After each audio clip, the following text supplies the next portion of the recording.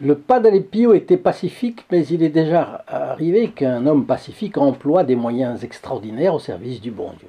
Douteriez-vous que le Padre Pio ait été capable d'envoyer une vraie bombe sur un lieu à détruire pour protéger quelqu'un en situation difficile? Autrement dit, nous allons voir le Padre Pio non seulement en confesseur zélé, mais en chevalier errant du Moyen Âge, protecteur de la veuve et de l'orphelin.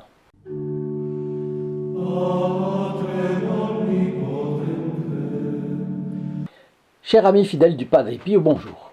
Notre Fioretti de ce jour, le jour où Padre Pio s'est fait auxiliaire bombardier. Emilia est une créature très douce, qui a épousé un mari séduisant, mais celui-ci est infidèle. Ayant de la polyarthrite rhumatoïde, et c'est très douloureux, vous le savez, elle a dû cesser de le suivre dans ses visites aux différents hôtels dont il est le gérant. Une jeune femme enceinte se présente un jour à sa porte et implore de l'aide.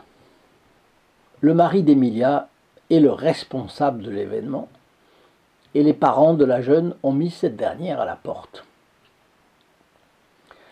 Malgré son humiliation d'épouse trahie, Emilia héberge la jeune, promet de prendre soin de son enfant et finit par obtenir la réconciliation de la famille.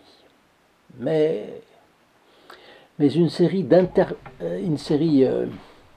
interminable d'autres circonstances tragiques dues à son mari ont exaspéré Emilia au point qu'elle prend l'habitude de blasphémer contre Dieu.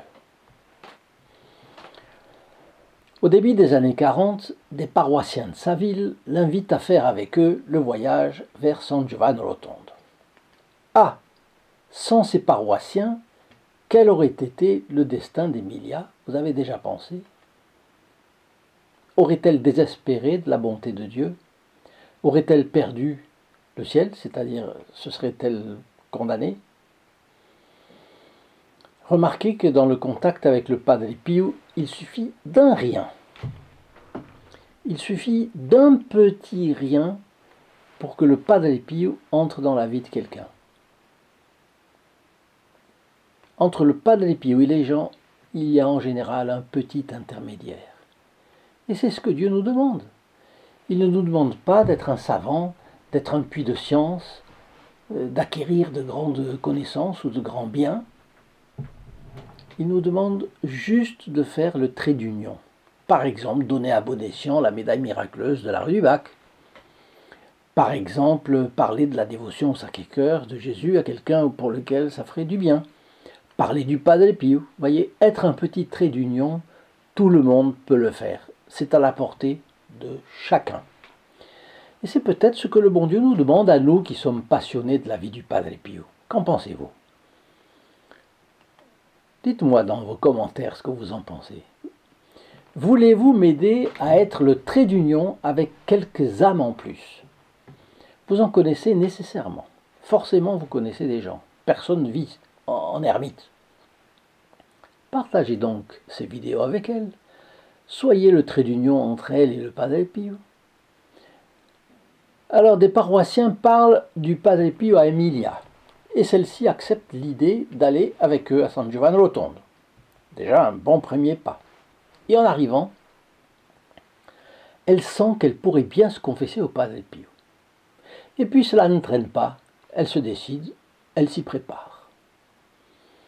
Cela fait partie de la doctrine catholique que Dieu nous envoie des grâces pour nous préparer à des grâces.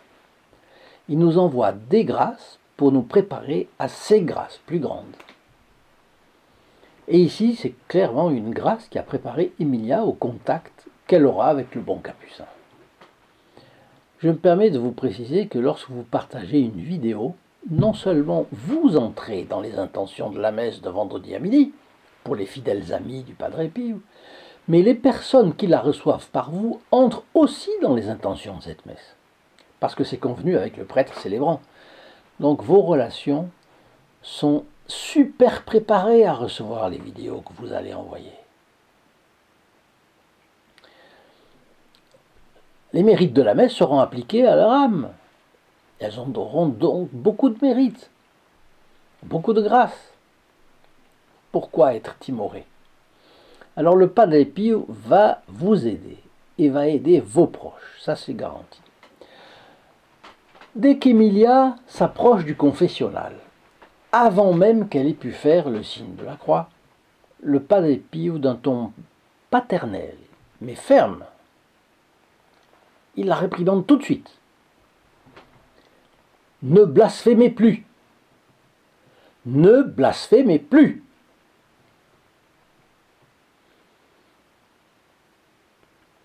La pauvre femme éclate en sanglots et ne peut rien ajouter à cause de sa forte émotion.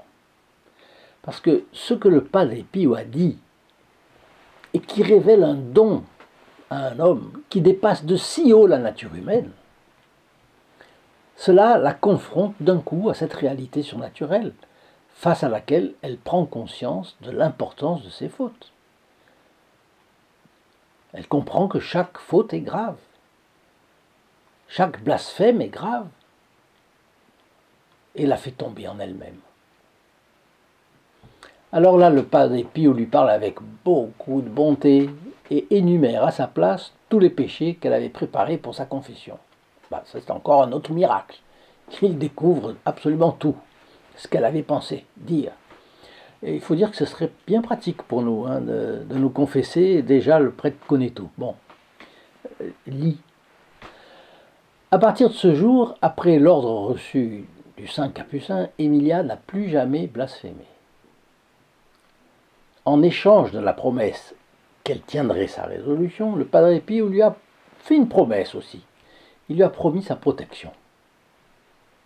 Dites donc, protégé du Padre Pio, garanti avec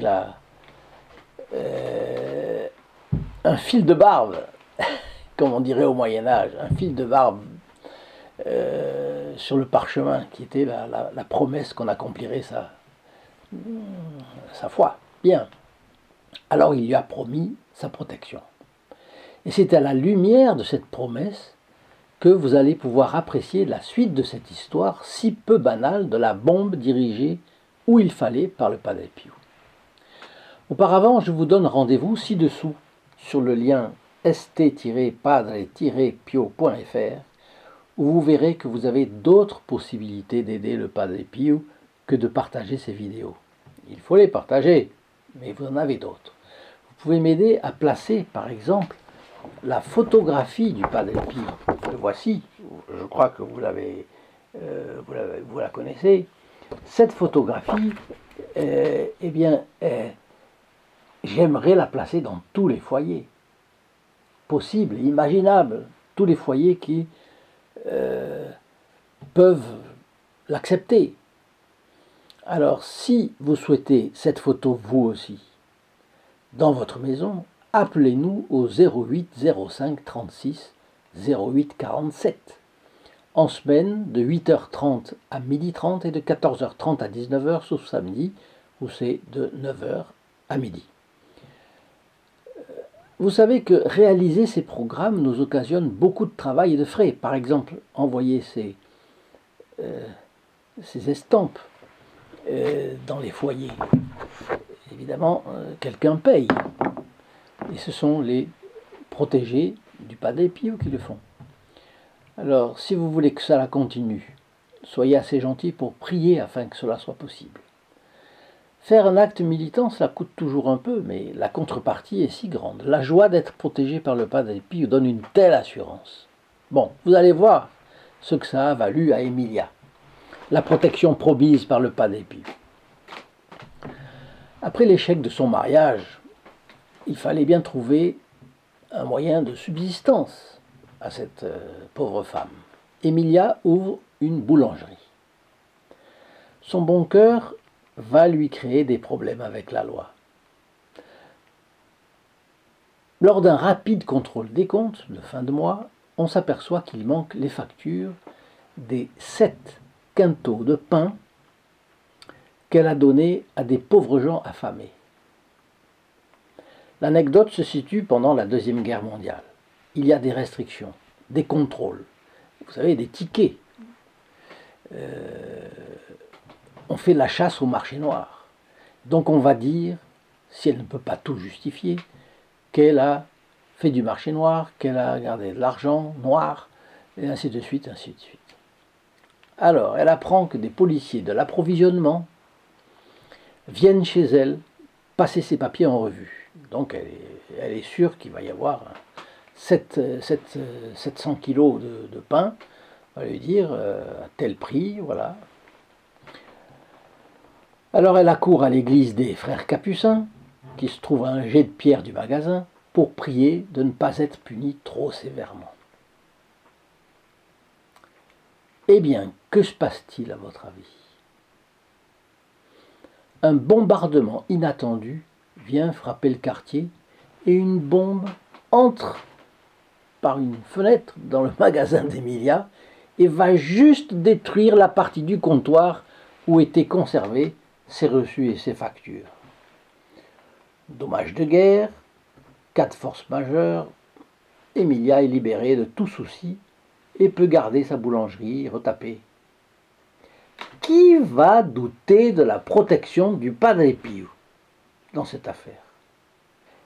Alors je vous laisse sur cela et je vous dis à demain. Au revoir.